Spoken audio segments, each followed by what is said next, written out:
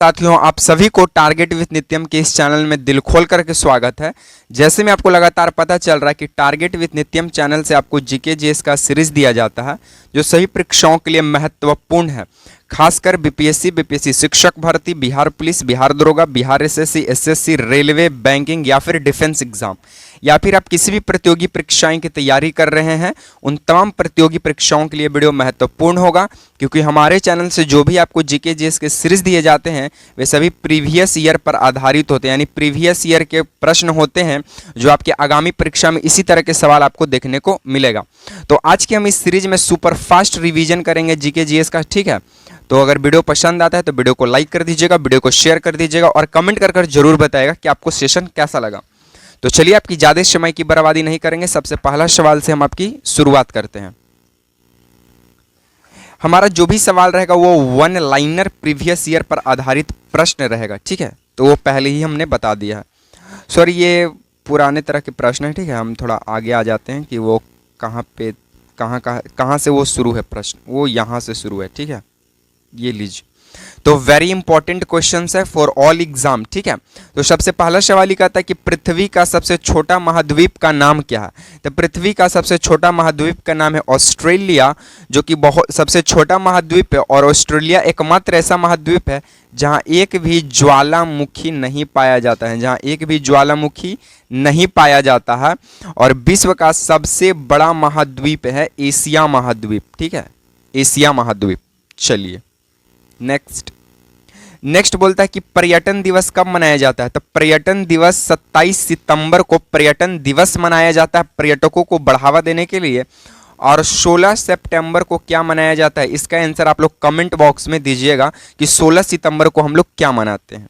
चलिए नेक्स्ट हमारा बोलता है कि दास कैपिटल के रचयिता कौन है। तो दास कैपिटल पुस्तक के रचयिता है कार्ल मार्क्स। और कार्ल मार्क्स का जन्म 5 मई 1818 ईस्वी को कार्ल मार्क्स का जन्म होता है।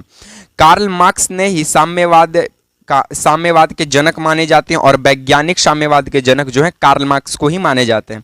कार्ल मार्क्स और इनके एक दोस्त थे फ्रेडरिक एंजल्स, ये दोनों ने मिलकर एक पुस्तक निकाला था। उस पुस्तक का क्या नाम है, इसका भी आंसर आप लोग कमेंट बॉक्स में ही दीजिएगा। चलिए नेक्स्ट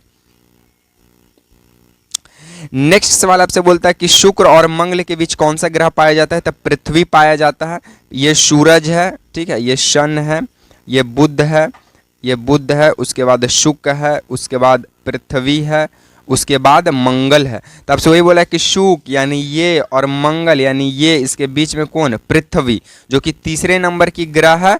और पृथ्वी पर ही लाइफ संभव है, यानी जीवन संभव है। और एक और बात आपको बता दे कि मंगल और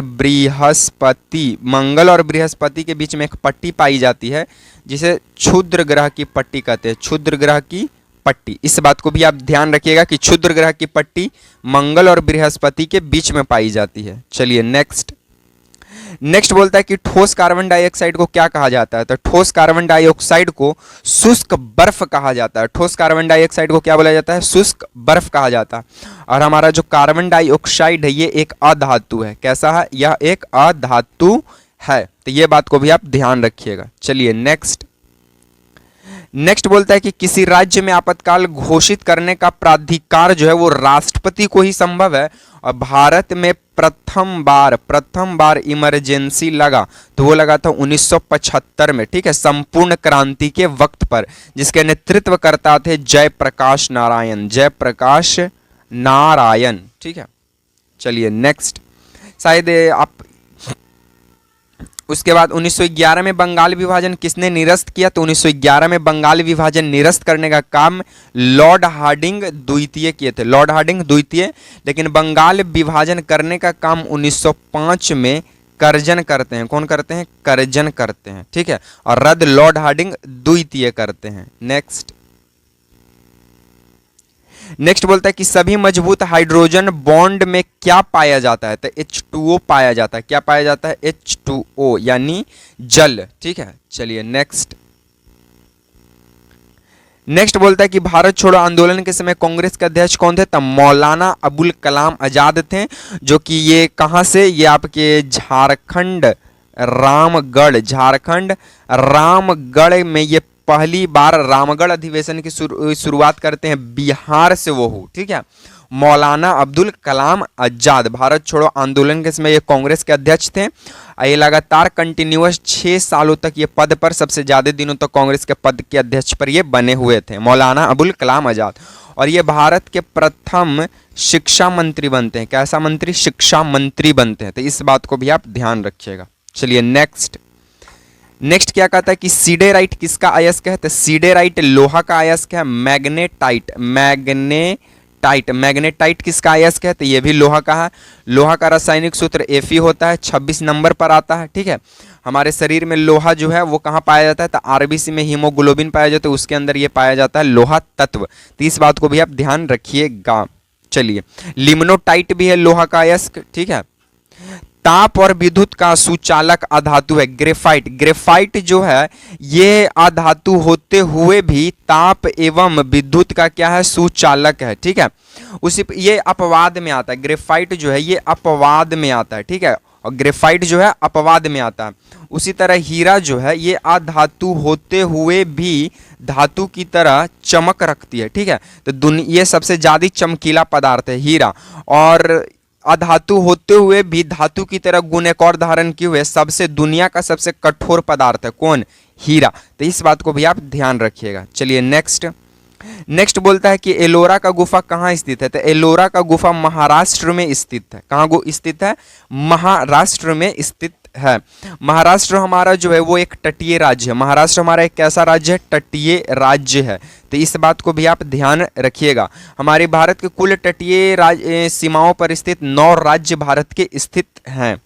चलिए नेक्स्ट बोलता है कि एलोरा की गुफा का निर्माण किसके शासनकाल में हुआ? था राष्ट्रकूट वंश के ये शासनकाल में हुआ। और राष्ट्रकूट वंश के जनक कौन माने जाते हैं? तो दांती दुर्ग माने जाते हैं, दांती दुर्ग, ठीक है।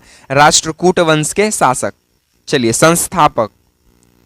नेक्स्ट बोलता है कि कांग्रेस का प्रथम विभाजन कब हुआ था? कांग्रेस का प्रथम विभाजन सूरत अधिवेशन 1907 में होता है, जिसकी अध्यक्षता रास बिहारी घोष करते हैं, ठीक है। इसी वक्त जो है कांग्रेस 2 पार्ट में बढ़ जाता है और 1916 में आकर कांग्रेस जो है वो एक मंच पे दिखाई देता है, गरम दल, नरम दल और कांग्रेस। सूरत में कांग्रेस का जब विभाजन हुआ था तो वो 2 पार्ट में डिवाइड हुआ था, एक नरम दल और एक गरम दल, और एक मिलन हो जाता है 1916 में। लखनऊ अधिवेशन जिसका अध्यक्षता कौन करते हैं? अंबिका चरण मजमूदार करते हैं। पंचतंत्र के लेखक कौन है? तो पंचतंत्र के लेखक हैं विष्णु शर्मा। और गीतांजलि के लेखक कौन है? तो गीतांजलि के लेखक कौन है? तो गीतांजलि के लेखक है रविंद्रनाथ टैगोर, ठीक है। उसके बाद रविंद्रनाथ टैगोर का एक गीतांजलि जो उपन्यास है, एक और उपन्यास है काबुली नामा। काबुली नामा जो है ये उपन्यास है। चलिए नेक्स्ट बोलता है कि हजरतबल मस्जिद कहाँ स्थित है? तो हजरतबल मस्जिद जो है वो श्रीनगर में स्थित है, ठीक है। इस बात को आप ध्यान रखिएगा। नेक्स्ट बोलता है कि भारत का राष्ट्रीय फल क्या है? आम है, ठीक है। बच्चों सा सवाल। नेक्स्ट, पल्लवों की राजधानी कहाँ थी? तो पल्लवों की राजधानी कांचीपुरम थी। और पाल वंश के संस्थापक कौन थे? तो पाल वंश के संस्थापक थे गोपाल, ठीक है। इस बात को भी आप ध्यान रखिएगा, ठीक है। चलिए नेक्स्ट बोलता है कि स्फूर यानी फ्लैश बल्ब के तार का निर्माण किससे किया जाता है? तांबा से किया जाता है, ठीक है। आप एक याद रखिए, पिताजी यानी पीतल। क्या? पीतल जो है पी से पीतल, ता से तांबा, जी से जिंक, यानी जो पीतल है वो तांबा और जिंक का मिश्रण है। इस बात को भी आप ध्यान रखिएगा। नेक्स्ट बोलता है कि रेल बजट को सामान्य बजट कब अलग किया गया था? तो 1924 से 25 में रेल बजट को सामान्य बजट से अलग कर दिया जाता है। और भारत के प्रथम रेल मंत्री कौन होते हैं? तो भारत के प्रथम रेल मंत्री होते हैं जॉन मथाई। कौन होते हैं? जॉन मथाई। इस बात को भी आप ध्यान रखिएगा सर। नेक्स्ट बोलता है कि तुरंत ऊर्जा के लिए खिलाड़ी को क्या दिया जाता है? तो तुरंत एनर्जी के लिए खिलाड़ी को कार्बोहाइड्रेट दिया जाता है। यही कार्बोहाइड्रेट ग्लूकोज रहता है, ठीक है। ग्लूकोज का रासायनिक सूत्र C6H12O6, ठीक है। इस बात को भी आप याद रखिएगा। चीनी का रासायनिक सूत्र C12H22O11। इस बात को भी आप ध्यान रखिए। नेक्स्ट बोलता है कि कौन सी विटामिन घुलनशील है, तो कौन सा विटामिन जल में घुलनशील है, तो बी और सी। और वसा में घुलनशील विटामिन कौन है, ए डी ई के है, ठीक है। और आपको एक और बात बता दें कि वसा में जो घुलनशील विटामिन होते हैं या यकृत में जमा होते हैं, ठीक है। विटामिन शब्द का नामकरण फंक नामक वैज्ञानिक करता है 1912 में, इस बात को भी आप ध्यान रखिएगा। नेक्स्ट बोलता है कि खजुराहो का मंदिर किस शासक ने बनवाया था, तो खजुराहो का मंदिर चंदेल शासकों ने बनवाया था। खजुराहो का मंदिर कहाँ है, तो एमपी बोले तो मध्य प्रदेश, ठीक है। नेक्स्ट बोलता है कि गन मेटल किसका मिश्रण होता है, तो गन मेटल तांबा, टीन और जिंक का मिश्रण होता है, तीन चीज का, तांबा, टीन और जिंक का गन मेटल जो है वो मिश्रण होता है। नेक्स्ट बोलता है कि विश्व का सबसे लंबी नदी कौन सी है, तो विश्व का सबसे लंबी नदी नील नदी है। और भारत के अंदर देखा जाए तो भारत की सबसे बड़ी नदी गंगा नदी है, ठीक है। और चौड़ी में देखा जाए तो ब्रह्मपुत्र नदी है, ठीक है। गंगा की कुल लंबाई 2525 किलोमीटर है और ब्रह्मपुत्र का 2900 किलोमीटर है और सिंधु नदी का भी लंबाई 2900 किलोमीटर के आसपास ही है। चलिए नेक्स्ट का बात करें तो भारत का नेपोलियन किसे कहा जाता है, तो भारत का नेपोलियन राजा समुद्रगुप्त को कहा जाता है, ठीक है। और इन्हों समुद्रगुप्त जो है एक मतलब कि कह सकते हैं कि ये वीणा वादक शासक हुए, ठीक है। वीणा वादक, वीणा भी बजाते थे ये, ठीक है। इस बात को भी आप ध्यान रखिएगा। इनको समुद्रगुप्त का, इन्हें नेपोलियन कहने का श्रेय किसे दिया जाता है, इसका आंसर आप लोग कमेंट बॉक्स में दीजिएगा। नेक्स्ट बोलता है कि राजा समुद्रगुप्त किस वंश से थे, तो गुप्त वंश से थे। और गुप्त वंश के संस्थापक कौन थे, तो श्री गुप्त थे। कौन थे, श्री गुप्त थे, ठीक है। गुप्त वंश में चांदी को, सिक्के को क्या कहा जाता था, रूपक कहा जाता था।